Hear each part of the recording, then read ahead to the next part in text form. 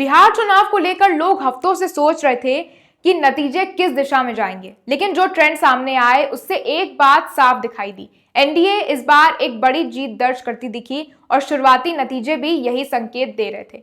BJP की तरफ पहला परिणाम आते ही माहौल बिल्कुल साफ हो गया कि नतीजे किस ओर बढ़ रहे हैं। लालू प्रसाद यादव के राजनीतिक प्रभाव की चर्चा हमेशा होती रही है, लेकिन ये स्वीकारना पड़ेगा कि 2 दशक सत्ता से दूर रहने के बाद भी उनका प्रभाव पूरी तरह से अभी भी खत्म नहीं हुआ है। दिलचस्प बात यह है रही कि नतीजे 14 नवंबर को आए, यानी कि नेहरू जी के जन्मदिन पर, और कांग्रेस का प्रदर्शन इससे बिल्कुल उल्टा दिखाई दिया। अब सवाल ये उठता है कि बीजेपी का इतना अच्छा प्रदर्शन कैसे हुआ। वजह साफ है, नरेंद्र मोदी, बीजेपी का ग्राउंड वर्क और आरएसएस का संगठित नेटवर्क। भारतीय राजनीति में 3 फैक्टर हमेशा बीजेपी के लिए काम करते हैं: उनका संगठन, राष्ट्रवाद का उनका नैरेटिव और सबसे बड़ा फैक्टर खुद नरेंद्र मोदी।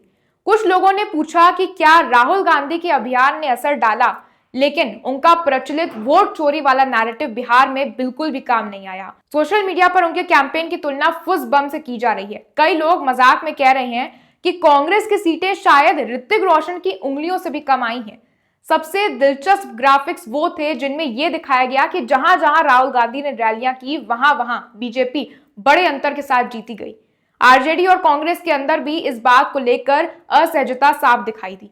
सोशल मीडिया पर राहुल गांधी का मजाक बनने लगा, जहां कैमरे दिखे वोट वहीं गायब हो गया।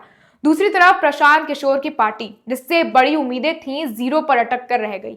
फिर भी उन्होंने कम से कम परिणाम को स्वीकार किया और ईवीएम पर इल्जाम नहीं लगाया और ना ही दंगे करने की अपील की। अब बात करते हैं कैंपेन स्ट्रैटेजी की। यही असली फर्क लाया। कांग्रेस की पूरी मुहिम शिकायतों पर टिकी हुई थी। राहुल गांधी ने कोई ठोस सबूत, कोई पिटिशन, कोई रिकाउंटिंग नहीं करवाई, सिर्फ आरोप लगते रहे। लेकिन बिहार जैसे राज्य को शिकायतें नहीं, क्लियर विजन चाहिए। इसके उलट बीजेपी ने 2024 में झटका लगने के बावजूद जनता के फैसले को स्वीकार किया और सबसे पहले अपने अंदर सुधार किए। आरएसएस के साथ तालमेल अपने मजबूत किए, ग्रास रूट लेवल पर काम बढ़ाया और एलजेपी और जेडीयू जैसी सहयोगी पार्टी के साथ विवादों को शांत किया। उद्यमिता, मुद्रा लोन, महिलाओं और युवाओं के लिए स्कीम, इन बातों को लोगों ने महसूस किया। महिला वोट इस चुनाव में निर्णायक साबित हुआ है। रिकॉर्ड महिला मतदान और उनमें से बड़ी संख्या ने एनडीए को तरजीह दी है।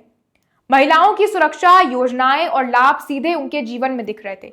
तेजस्वी यादव के लिए भी ये चुनाव बड़ा झटका रहा। उनके सबसे बड़े समर्थकों जैसे कुछ न्यूट्रल कहे जाने वाले पत्रकारों ने भी इस बार उनकी रणनीति की आलोचना की है। प्रशांत किशोर, ओवैसी सबका प्रदर्शन कांग्रेस और आरजेडी दोनों के लिए चुनौती बन गया। एक और रोचक ट्रेंड ये रहा कि बीजेपी धीरे धीरे बड़े रीजनल कास्ट आधारित दलों को पीछे छोड़ते हुए नई कास्ट लीडरशिप को आगे बढ़ा रही है। महाराष्ट्र में अजित पवार हो, बिहार में चिराग पासवान और अन्य राज्यों में नए चेहरे। ये राजनीति को जाति से हटाकर विकास के मुद्दों पर ले जाने की दिशा में एक बड़ा बदलाव है। जो लोग बिहार के चुनाव में वोट चोरी का इल्जाम लगा रहे हैं, उनके लिए 45 दिन का एक चैलेंज भी हो सकता है। कैसे?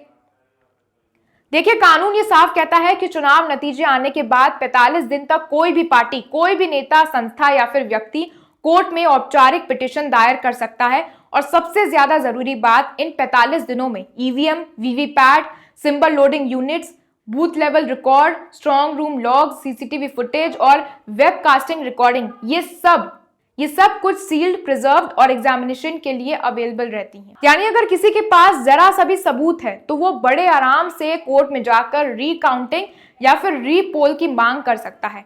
अंत में हम यही कहेंगे, चुनावों ने एक बार फिर दिखाया है कि जनता शिकायतों या साजिशों से नहीं, काम और स्थिरता से प्रभावित होती है। जो पार्टियां ग्राउंड पर काम कर रही थी उन्होंने जीत दर्ज की, जो सिर्फ बयानबाजी कर रही थी वो पीछे रह गए। तो क्या 45 दिन का ये चैलेंज कोई उठाएगा? हमें कमेंट कर जरूर बताएं।